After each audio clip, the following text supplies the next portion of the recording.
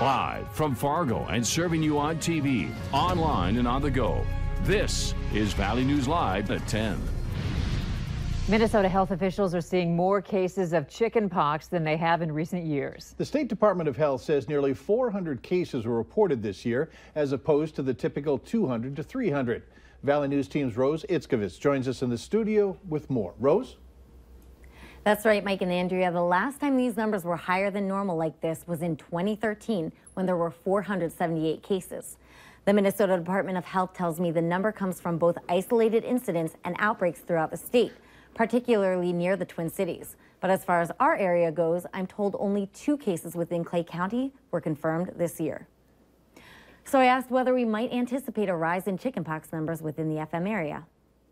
It's really hard to say, but chickenpox doesn't tend to spread, let's say, like influenza, where you can almost watch it sort of sweep across the country. So it really just depends on sort of who has contact with whom and whether they bring chickenpox into their community. And meanwhile, a nearby daycare worker tells me he hasn't seen a single chickenpox case in the last 10 years. And from what he sees, there's no sign of that changing anytime soon.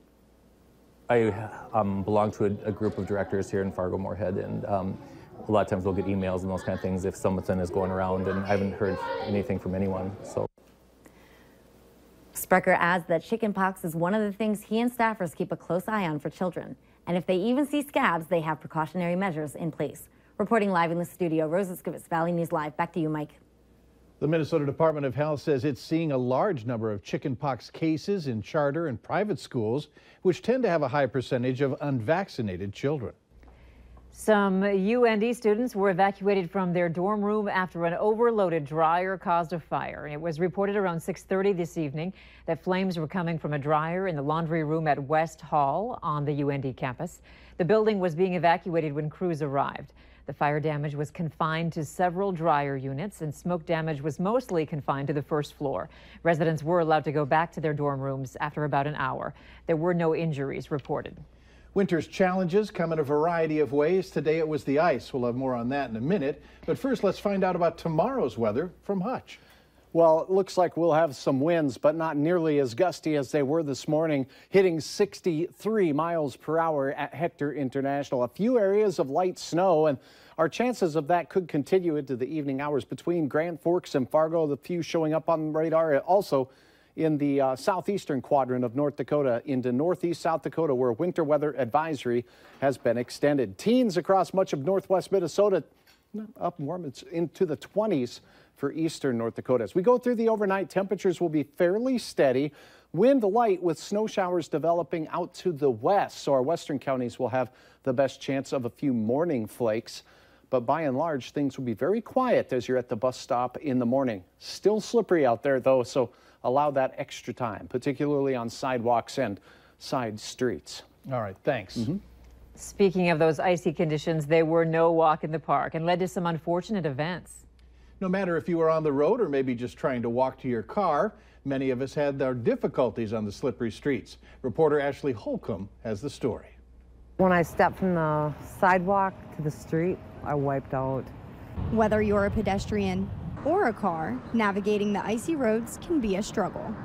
The Fargo Police Department responded to over 30 accidents today due to icy conditions. And sometimes you can't see or tell that the roads are icy, so always just be prepared to drive as if they are. Yeah, they're sliding all over. Butch Fuss says he's worked outside his entire life, and dealing with icy roads is nothing new to him. I'm walking really slow, and you just kind of slide your feet and you'll be fine. Kathy Paulson was in the area for doctor's appointments, but will be staying longer than she originally planned. I was going to go home today, but I decided to stay because of the roads.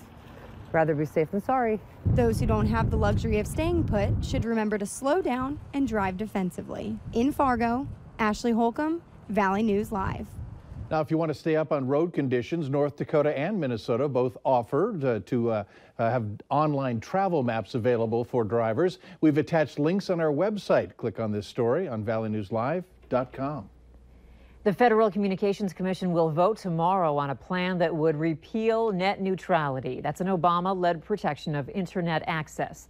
So what does this mean to you? Well, according to the founder of a Fargo IT company, net neutrality means the internet is free and open to everyone, and impeding it will allow content providers to slow down access to certain websites. So for instance, if you enjoy watching content on YouTube and there's a certain provider that creates their own YouTube competitor, without net neutrality, they'd be able to slow down YouTube and promote their own channel on top of that instead of YouTube. So therefore benefiting themselves instead of the open internet.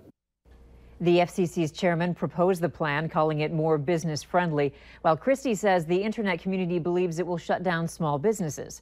The current administration is also for the repeal. A new study says 1 in 5 children has a mental health disorder. Only 20% are actually diagnosed. It's another example of what officials are calling a mental health crisis. Local schools are noticing the problem and tackling it head on with a new initiative called Rethink Mental Health.